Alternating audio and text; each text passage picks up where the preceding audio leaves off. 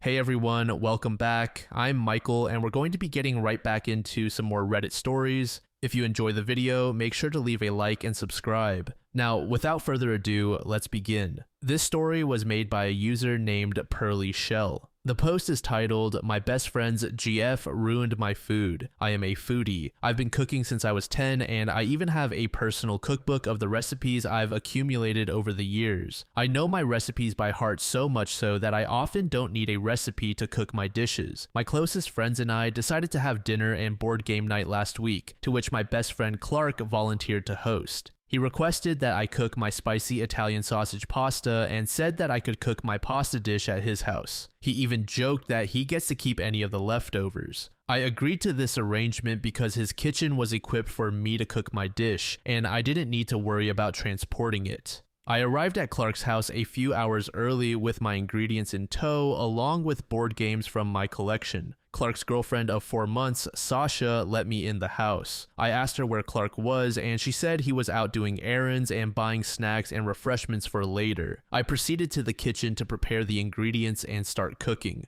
My cooking of the sauce went well. The flavors were balanced to my liking. It had saltiness from the pancetta and the Parmesan rind, sweetness and tartness from the onions and canned and fresh tomatoes, heat from Calabrian chilies, and herbaceous notes from a blend of fresh and dried herbs. After finishing the sauce, I took it off the heat and prepared a pot of water for the pasta. I then set the pot of water over the stove but put it over low heat. I planned to freshen up a little and cook the pasta nearer serving time. I then went to the guest bathroom to shower and change clothes. After freshening up, I headed back to the kitchen.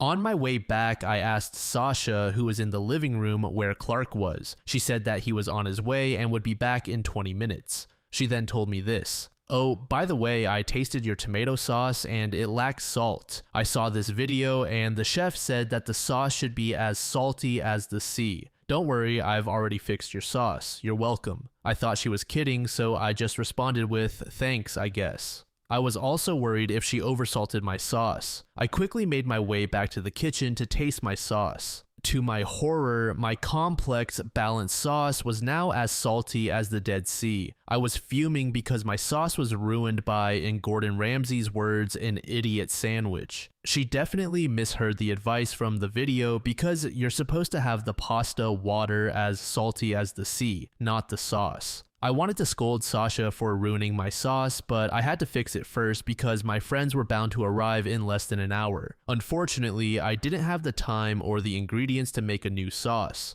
I added a mix of lemon juice and honey, a can of crushed tomatoes, tomato paste, and splashes of water. I minimized the saltiness of the sauce, but it was still off. I was thinking of no longer serving my dish, but my friends were excited about my food and I didn't want to waste it. I just hoped no one would notice how bad the sauce was. My friends arrived, we all sat at the dinner table, and we all got a portion of each dish. While we were eating, I noticed my friends were pushing my pasta to the sides of their plates. Once everyone was ready for dessert, I offered to help Lexi prepare and serve them. When Lexi and I were alone in the kitchen, she asked me why my pasta was so salty. That's when I told her everything. I then told Lexi that I'd let it go for the meantime and we should just enjoy the rest of the night. I was doing so well not to show I was bothered, but then Clark, along with Sasha, approached me and said my pasta dish was saltier than he remembered. I wanted to say that his GF ruined my dish, but I decided to allow her to own up to her mistake. So I told him that I had no idea what went wrong. I mentioned that I properly salted my food, tasted the sauce as I went along, and made it a point to say my pasta water was seawater salty, but that has never affected the saltiness of my pasta dishes. When I said the pasta water thing, I made sure to look at Sasha. She did not say anything. I just ended the conversation by saying I sometimes have my off days. The rest of the night went well. I even won some of the games, which kind of lifted my spirits from the pasta debacle. Before I left Clark's house, I asked him if he was keeping the leftovers. He said he was taking half, so I offered to take home the other half. It's been a week since the pasta incident, and I still feel disrespected by what Sasha did. I want to tell my best friend that his GF messed up my dish, but I don't want to make a big issue over pasta sauce. How would you go about this?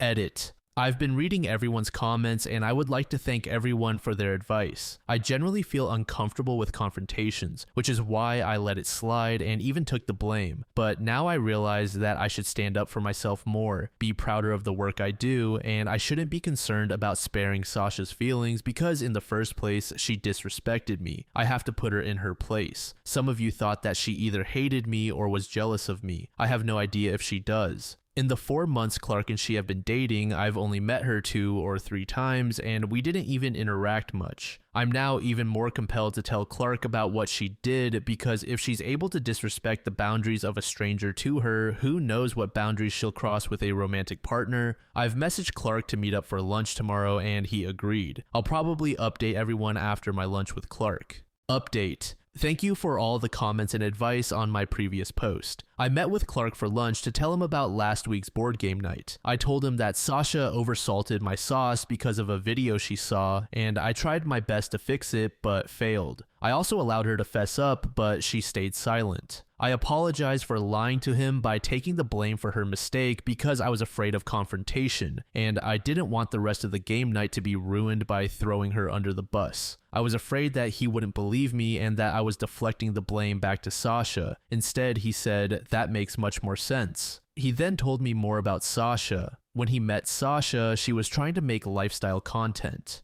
Currently, she wants to make cooking videos, but the videos she watched for inspiration were cooking hacks, where people were dumping dried pasta, raw meat, tons of cheese, etc. in a baking dish and then throwing it in the oven to cook. She even saw the countertop spaghetti video, which she wanted to make for Clark's dad and sister when they were over at his house during the holidays. He refused to let her do that. Before we finished our meal, I told Clark to talk to his GF and I expect an apology from her and for her to also apologize to the rest of our friends for ruining last week's dinner. He asked me if I wanted to go to his place to get an apology now because Sasha was there. I declined because it would feel like we were forcing an apology from her by surprising her. After a few hours, I got a call from Clark. They got into a huge fight and they broke up. When he asked her to apologize, she refused and threw a fit. She was so annoyed that Clark would rave about me and Lexi's food, but never did the same when she cooked for him. He said that he always thanked and appreciated her efforts, but sometimes her cooking didn't go well. In her rant, she said that her fixing the sauce was her way of saying that she was better than me, but when her plan backfired, she kept quiet and let me take the blame. But what got Clark to break up with her was when she called Clark and our friend group a bunch of useless losers. He, in turn, defended us by saying that we were the most reliable, supportive group of friends he's ever had. He told her to get out and they were over. Clark assured me he'd be okay and he needed some space. I told him to call if he needed anything. It seems I won't be getting my apology, but that's what I get for not speaking up. Lesson learned. At least we won't have Sasha for our next game night, which I'll host. Baker Owl said, I really hate the stories where some numbnut who could burn a salad alters a dish somebody else is cooking, thinking they know better. Like, you're welcome to cook, but don't touch what somebody else is cooking, especially dumping a huge amount of salt into a sauce. There is no salvaging that. To this cat versus laptop said, I know I'm a better cook than a lot of my friends, but I still won't touch their cooking without a direct request to help because it's rude. If someone feeds you, be polite. If it was bad and you need to be petty, invite them over, cook for them, and do your best dishes. Cultural Shape said, I'd take not having to deal with Sasha anymore over the apology any day. Also, the only time I ever hear anyone talk about salty as the sea in relation to pasta is about salting the water you boil it in, and even that's not really accurate or necessary, so yeah, idiot sandwich, that one. This next story was made in the Off My Chest subreddit by a throwaway account. The post is titled, My husband almost killed our baby and my toddler saved him. Hey Reddit, I need to share this story because I'm still shaking from what happened. I'm 25, been with my husband, 30, since 2018. We have a 3-year-old girl and a newborn boy, but tonight, things almost took a tragic turn. My husband has always had trouble paying attention, but I never thought it would come to this. Our neighborhood is weirdly laid out, with cars zooming by at crazy speeds. I was folding clothes when I heard our toddler screaming, Dad, help! That tone made me drop everything and sprint outside. What I saw made my blood run cold. Our newborn in his stroller, careening towards the busy street. I screamed and lunged, barely stopping the stroller in time. My baby girl's hands and knees were scratched up because she tripped trying to run after the stroller. I snatched up my baby, heart pounding, and scanned for my husband. He wasn't watching, he was chatting with neighbors, completely oblivious. The anger I felt was unlike anything I've ever experienced. I stormed up to him, shouting in disbelief. He looked shocked at first, then realized what almost happened. The apologies and tears came pouring out, but it was too late. I couldn't wrap my head around how he could be so careless, so blind to our toddler's screams and the stroller rolling away. I packed up the kids and left, staying with my parents. They're on my side, but my husband keeps texting, begging forgiveness, calling it an honest mistake. But I can't shake the terror of almost losing my baby because he couldn't focus for a single second. My baby girl got hurt in the process because he couldn't pay attention. I almost lost my son because he couldn't pay attention. I can't stop crying. I feel so guilty. I wish this all never happened. Sorry it's short. I just want to hold my babies and I can't stop shaking every time I think about it. What if I was just 1 second late? Would I have been planning a funeral? Update. The neighbor's wife sent me the footage and I really can't wrap my head around it. My husband was walking with the stroller and my toddler was in front of them when they passed the neighbor's house. My neighbor was outside washing his car and my toddler saw his pet cat and stopped to pet it. So my husband stopped, left my baby on the road. He didn't even bother locking the wheels and walked all the way up the driveway without even looking back at the baby. He had his back turned to the stroller for about 5 minutes before it suddenly started moving. I think it's because the road is on a hill kind of, or it could have been the wind. My toddler never went near the stroller. It couldn't have been her. The stroller went down the road and my toddler, that's when she started screaming and running after it when she saw it. The neighbor started running after my daughter. When she tripped, he tried to pick her up. That's when the neighbor's wife's car comes into frame and she stops and starts running back toward where the stroller was coming from. After that, you can't really see anything because it's all out of frame, but you can hear all the commotion. My husband just stood there the whole time, hand on his head with a blank stare on his face. He didn't even do anything when our toddler was crying from hurting herself. He only started crying when I confronted him. What do? I genuinely do not know what to do. I'm panicking. This was never the life I wanted for my kids. I don't understand why he was just standing there. I have not even gotten a text or a call from him since I got sent the video. It's just been silent. I just can't get the sound of my daughter's screams out of my head. That's the sound that no mother wants to hear. I can't explain it in the moment, but it felt like my blood went cold and I just felt pure fear. I never want to watch the footage again. Update 2. I posted here a while back about my husband nearly killing our newborn son. I wanted to give a quick update on the situation. After reading through the comments, I decided to go back to my husband. Many of you pointed out that if I left him, we'd end up with 50-50 custody of our kids, which I couldn't bear.